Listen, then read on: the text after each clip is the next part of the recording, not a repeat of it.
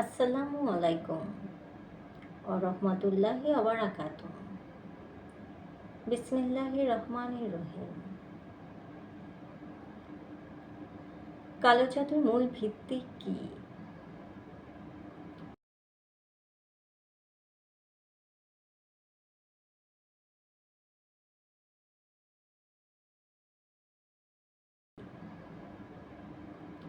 কালো জাদু এমন একটি অতি প্রাকৃত চর্চা যা সাধারণত ক্ষতিকারক উদ্দেশ্যে করা হয়।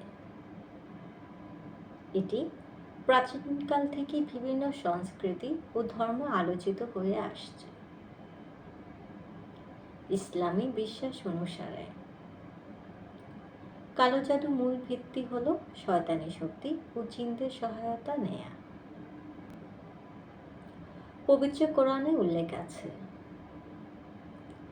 আর তারা এমন বিষয় শিখত যা স্বামীর সাথে স্ত্রীর বিচ্ছেদ ঘটাতো, কিন্তু তারা আল্লাহর অনুমতি ছাড়া কারো ক্ষতি করতে পারত না। সূরা বাকারা আয়াত 102। কালো জাদুর মূল ভিত্তি হল শয়তানের প্রতি আনুগত্য।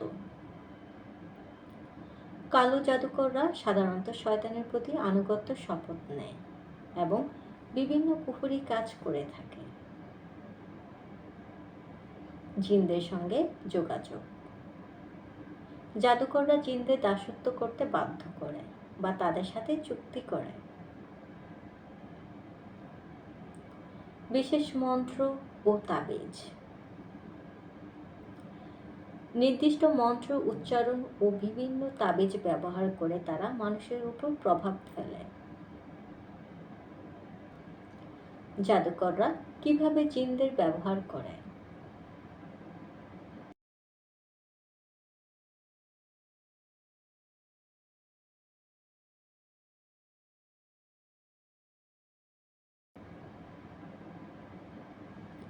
জাদুকররা সাধারণত জিনদের সাহায্য নেয় বিভিন্ন পদ্ধতির মাধ্যমে।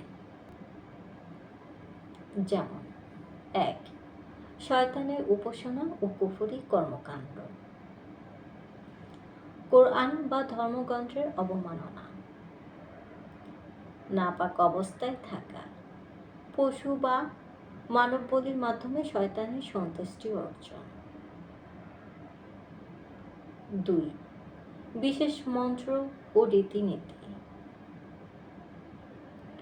নির্দিষ্ট শব্দ ও আয়াত বিকৃতি করে জিনদের ডাক দেয়া, অদৃশ্য শক্তির মাধ্যমে মানুষকে আঘাত করা। এবং 3. তাবিজ ও হিজিব,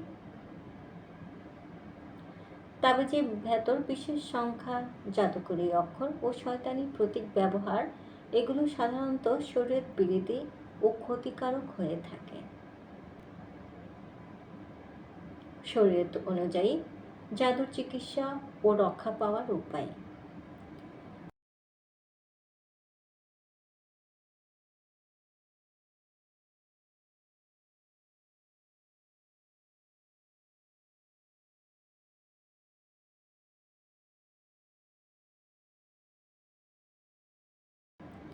ইসলামের কালো জাদু থেকে মুক্তি ও রক্ষা পাওয়ার জন্য বেশ কিছু কার্যকর পদ্ধতি রয়েছে। যেমন তাওহীদে অবিচল থাকা,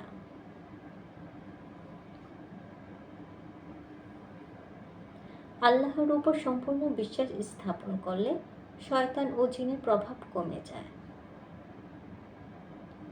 কোরআন ও হাদিসের নির্দেশনা অনুসরণ করা,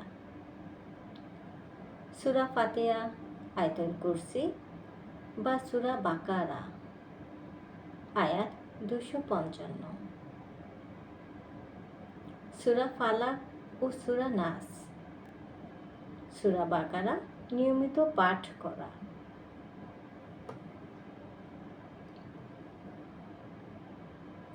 রুকাইয়া শরিয়া বা শরীয়ত সম্মত ঝাড়ফুঁক। রুকাইয়া এর মাধ্যমে কোরআনের আয়াত পড়ে ঝাড়ফুঁক করলে জাদুর প্রভাব দূর হয়। হাদিসে এসেছে, রাসূল সাল্লাল্লাহু আলাইহি ওয়াসাল্লাম নিজে ও সাহাবীরা এই পদ্ধতি ব্যবহার করতেন। ভালো আমল করা ও গুনাহ থেকে বিরত থাকা। গুনাহ ও হারাম কাজ মানুষের উপর কালো জাদুর প্রভাব বাড়িয়ে দেয়। তাই নামাজ, রোজা ও নিয়মিত কোরআন তেলাওয়াত করা দরকার। শরীয়ত সম্মত দোয়া পড়া। পরিশেষে কালো জাদু ও তাবিজের প্রভাব বাস্তব হলেও ইসলামের নির্দেশনা মেনে চললে এর ক্ষতি থেকে বাঁচা সম্ভব। কোরআন ও হাদিসের আলোকে সঠিক পথে চললে জাদুর ভয় থেকে মুক্ত থাকা যায়। আল্লাহ আমাদের সবাইকে এসব শয়তানি কার্যকলাপ থেকে হেফাজত করুন। পরবর্তী পর্বে জিনদের ভালো ও খারাপ দিক নিয়ে বিস্তারিত আলোচনা থাকছে। আপনার মতামত ও পরামর্শ জানাতে ভুলবেন না। ধন্যবাদ।